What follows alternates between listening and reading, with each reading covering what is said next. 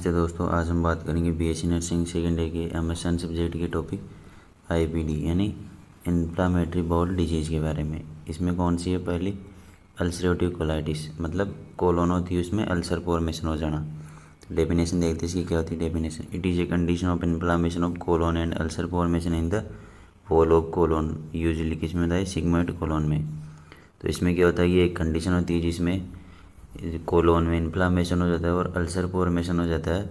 जो कोलोन होती है उसकी वॉल पर, सिग्मोइड कोलोन होता है वहाँ पर होता है ये। इसमें क्या होता है कि it is a type of inflammatory bowel disease, ये इन्फ्लामेटरी बाउल डिजीज़ का एक टाइप होता है। This problem started from the rectum and gradually spread upward to the colon and caecum. ये क्या होती है? जनरली ये प्रॉब्लम क्या होती है? रेक्टम में होती है पहले, फिर धीरे धीरे ऊपर की तरफ फैलती है कोलोन में और सीकम में फैल जाती है, फिर ऊपर की तरफ प्रोग्रेस करती है। अब देखते हैं इसकी एटियोलॉजी यानी कौन कौन से कोज होते हैं इसके। एग्जैक्ट कौन इज अननोन, मतलब फिक्स कोज इसका पता नहीं, इसलिए इडियोपैथिक भी बोलते हैं। फॉलोड बाई बैक्टीरियल और वायरल इन्फेक्शन, बैक्टीरिया और वायरस के इन्फेक्शन की वजह से हो सकता है। Reaction to milk protein and polysaccharide, जो मिल्क में प्रोटीन और पॉलीसेकेराइड होता है उनसे रिएक्शन होकर भी ऐसा हो सकता है इन्फ्लामेशन। जेनेटिक फैक्टर, किसी को हेरिडिटरी यानी जेनेटिक्स में ये प्रॉब्लम हो तो हो सकता है। साइकोलॉजिकल कोज हो सकता है, ज़्यादा स्ट्रेस वाले लेने वालों को हो सकता है। अब देखते हैं इसके क्लिनिकल फीचर्स यानी इसमें क्या क्या देखने को मिलता है, क्या क्या साइन एंड सिम्टम्स होते हैं। एब्डोमेन पेन, जब इन्फ्लामेटरी बाउल कंडीशन, बाउल यानी क्या होता है? इंटेस्टाइन, लार्ज इंटेस्टाइन, लगभग इसे लार्ज इंटेस्टाइन के लिए यूज़ किया जाता है बाउल को। तो इसमें क्या होगा? बाउल में प्रॉब्लम होगी तो एब्डोमेन में पेन जरूर होगा। ब्लडी डायरिया होगा, मतलब डायरिया में ब्लड आएगा। कॉन्स्टिपेशन होगा। टीनेसमस होगा। टीनेसमस क्या होता है? टीनेसमस ऐसी कंडीशन होती है इसमें हमें लगता है कि व्यक्ति को लगता है कि उसे बाथरूम जाने की आवश्यकता है, मतलब उसे फ्रेश होने की इच्छा होती है, लेकिन ऐसा होता नहीं है असलियत में मतलब उसे फ्रेश नहीं होना होता है, लेकिन उसे इच्छा होती है फिर भी। एनीमिया यानी ब्लड की कमी हो जाती है। वेट लॉस हो जाता है। Tenderness of abdomen rebound, tenderness of abdomen, abdomen में टेंडरनेस हो जाती है। विटामिन के की डेफिशिएंसी हो जाती है। क्यों? क्योंकि इसका एब्जॉर्प्शन कहाँ होता है? कोलोन में। तो कोलोन में डिजीज़ हो गई इसलिए इसकी डेफिशिएंसी हो जाती है। फ्लूइड और इलेक्ट्रोलाइट इम्बैलेंस हो जाता है क्योंकि एब्जॉर्प्शन ढंग से नहीं हो पाता है। हाइपरपायरेक्सिया यानी बहुत तेज़ की बुखार आती है कि वायरस की वजह से, अगर यदि या बैक्टीरिया वायरस की इन्फेक्शन हुआ तो इस वजह से हाइपरपायरेक्सिया हो सकता है। टेकीकार्डिया यानी हार्ट रेट होती है जो बहुत तेज़ बढ़ जाती है। अब देखते हैं इसकी पैथोफिजियोलॉजी यानी डिजीज़ किस तरीके से प्रोग्रेस करती है। देखते हैं इन्फ्लामेशन ऑफ रेक्टल म्यूकोसा। अभी बताया था मैंने आपको कि ये 90% मतलब बहुत अधिकतर केसों में क्या होता है कि रेक्टम से अपवर्ड प्रोग्रेस करती है डिजीज़। तो देखते हैं inflammation of rectal mucosa in 90% cases, मतलब रेक्टल की म्यूकोसा में इन्फ्लामेशन हुआ उससे क्या होगा कि ईडिमा और अल्सर फॉर्मेशन होगा, किसमें? कोलोन में, मतलब डिजीज़ ऊपर की तरफ प्रोग्रेस कर गई है। अब कोलोन में अल्सर होगा। अल्सर क्या होगा? अल्सर डीप लेयर को भी नुकसान पहुंचा सकता है, तो डीपिंग हो सकती है। Dipping of colon ulcer, bleeding from ulcer side, तो डीप लेवल तक अल्सर होगा तो ब्लीडिंग भी हो जाएगी। अब ब्लीडिंग होगा तो उसको हील करने के लिए क्या होगा? फाइब्रस डिपोजिशन होगा किसमें? अल्सर वुंड में।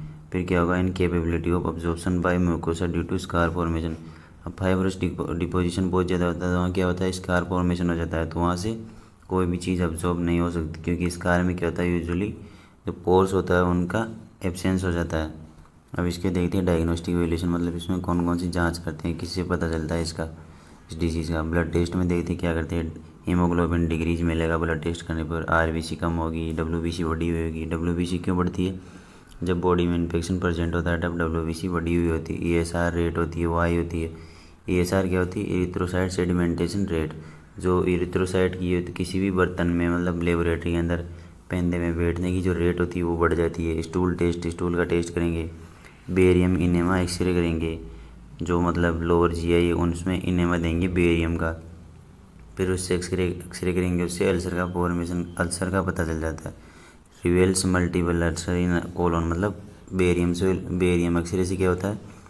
ये अल्सर का पता चल जाता है। कोलोनोस्कोपी में क्या करते हैं? कोलोन के अंदर एक एंडोस्कोप के द्वारा उसे जांच करते हैं कि क्या क्या हो रखा है इसके अंदर। सीटी स्कैन करते हैं, एमआरआई करते हैं और यूएसजी करते हैं। अब देखते हैं इसका मैनेजमेंट यानी इसमें क्या ट्रीटमेंट किया जाता है, इसका किस प्रकार से मैनेज किया जाता है इस डिजीज़ को। तो ड्रग थेरेपी में देखते हैं इसको कौन कौन से ड्रग्स देते हैं। तो इन्फेक्शन होगा तो इन्फेक्शन में एंटी माइक्रोबियल ज़रूर देंगे, एंटी माइक्रोबियल ड्रग्स देंगे टू प्रिवेंट इन्फेक्शन को बचाने के लिए। तो कौन कौन से देंगे, सल्फासेलाजीन और सल्फापायरिडीन और सल्फापायरिडीन। अब देखते हैं आगे कौन कौन सी मेडिसिन देंगे। एंटी इन्फ्लामेटरी ड्रग्स, क्योंकि इन्फ्लामेशन हुआ है बाउल में तो इसे एंटी इन्फ्लामेटरी ड्रग्स भी देंगे, जो कौन सी होती है, स्टेरॉइड्स होती है, जैसे प्रेडनिसोलोन और हाइड्रोकोर्टिसोन। प्रेडनिसोलोन दे सकते हैं और हाइड्रोकोर्टिसोन दे सकते हैं। एंटी डायरियल ड्रग्स देंगे, क्योंकि डायरिया भी हो सकता है उस कंडीशन में, इसलिए इसे क्या देंगे, एंटी डायरियल ड्रग्स। जिससे मिथाइल सेलुलोज देंगे। इम्यूनोमोडुलेटर्स देंगे, ये क्या करती है, इम्यूनिटी को मॉडिफाई कर देती है। से अजाथियोप्रिन, मीथोट्रेक्सेट, मर्केप्टोप्यूरिन, साइक्लोस्पोरिन, ये सब देंगे। और आगे देखते हैं इसके जनरल मेजरमेंट कौन कौन से होते हैं। जनरल मैनेजमेंट, तो जनरल मैनेजमेंट देखते हैं कौन कौन से होते हैं। तो bed rest is essential for fulminant type, मतलब इसका सीवियर टाइप होता है जब बेड रेस्ट आवश्यकता होती है। Diet rich in vitamin and nutrition value, diet बढ़िया न्यूट्रिशन वैल्यू वाली होनी चाहिए, बैलेंस डाइट देनी से। Avoid dairy product if lactose intolerance is percent, dairy product होते हैं जितने भी दूध मिल्क से बने हुए होते हैं उन्हें अवॉइड करना। क्यों, क्योंकि किस कंडीशन में, लैक्टोज इंटॉलरेंस परसेंट हो तो डेयरी प्रोडक्ट को अवॉइड करना है। क्यों, क्योंकि जो मिल्क होता है और उसके प्रोडक्ट में क्या होती है, लैक्टोज ज़रूर होती है और इसकी इंटॉलरेंस हो तो हमें ये प्रोवाइड नहीं करना है।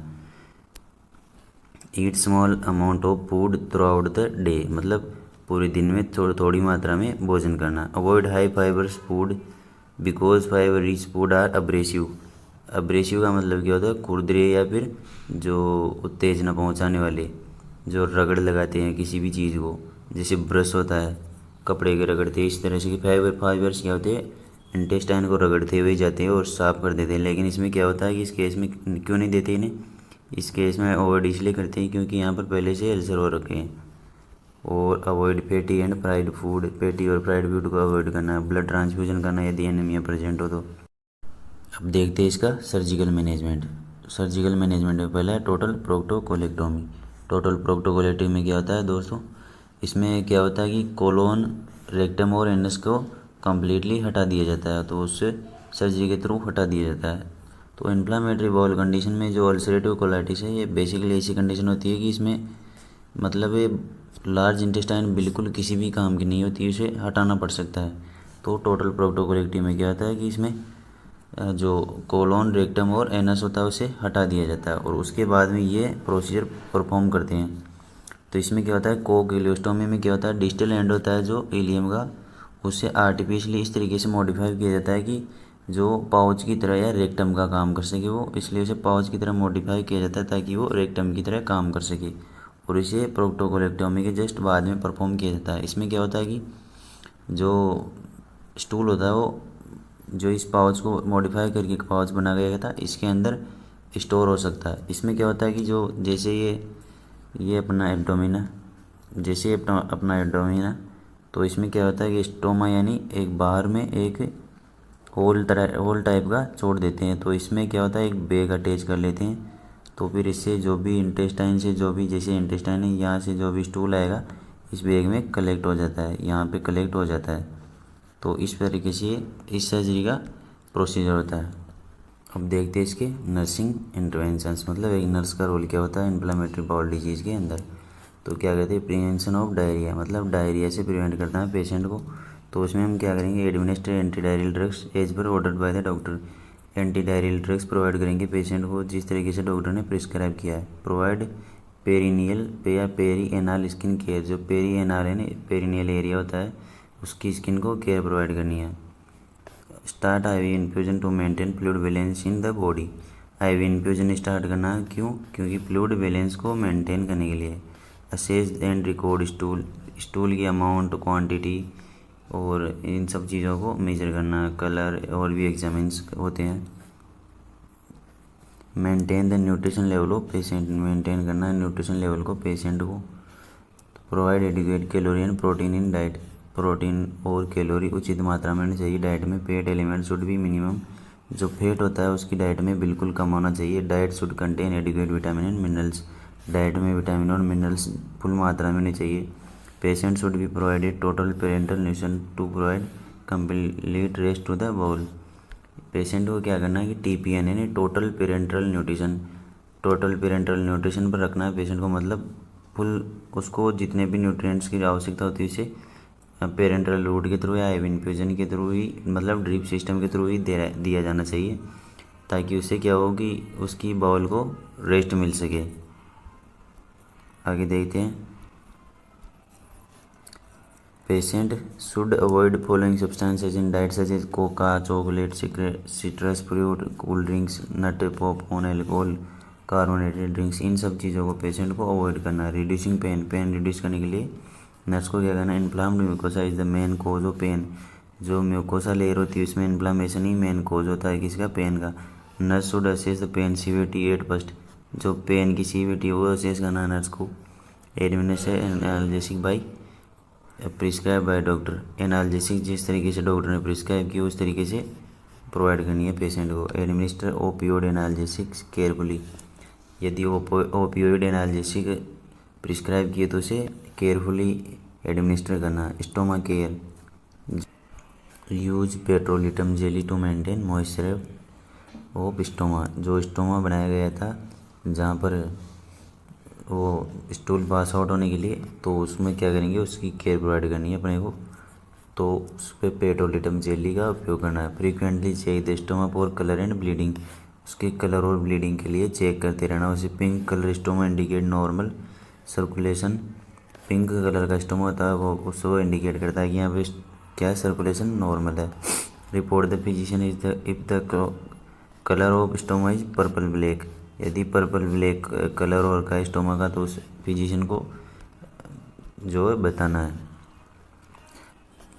Nurse should prepare the patient pre operatively by examining the surgical procedure, stoma characteristics and ostomy management with pouching system. इसमें क्या होता है कि नर्स को ऑपरेशन से पहले पेशेंट को एग्जामिन करना है और the surgical procedure of stoma characteristics and ostomy management with pouching system. Ostomy का मैनेजमेंट भी करना नर्स को, जो वहाँ पे पाउचिंग सिस्टम लगाया गया था जो स्टूल के इकट्ठा होने के लिए, उससे मेंटेन करना या मैनेजमेंट करना उसका। Provide general abdomen surgery care to the patient. जो भी एब्डोमेन सर्जरी की जनरल केयर होती है उसे प्रोवाइड करना, उसकी हाइजीन मेंटेन रखना, स्टेराइल रखना, ये सब चीज़ें नर्स का काम होता है। Assess stoma for colour and record finding in every shift. Stoma colour करना है और उसे कलर तो असेस करना और उसे रिकॉर्ड करना है हर शिफ्ट में, मतलब एवरी शिफ्ट में, मतलब जब भी शिफ्ट या ड्यूटी चेंज होती है उसके तहत। Post operatively monitor the stoma colour amount and colour of stoma output in every shift and report any abnormality. इसमें क्या करना है कि ऑपरेटिव या सर्जरी के बाद में जो भी स्टोमा कलर होता है उसकी जो स्टोमा आउटपुट का अमाउंट होती है उसको और उसके भी कलर को रिपोर्ट करना है आफ्टर एवरी शिफ्ट या इन एवरी शिफ्ट।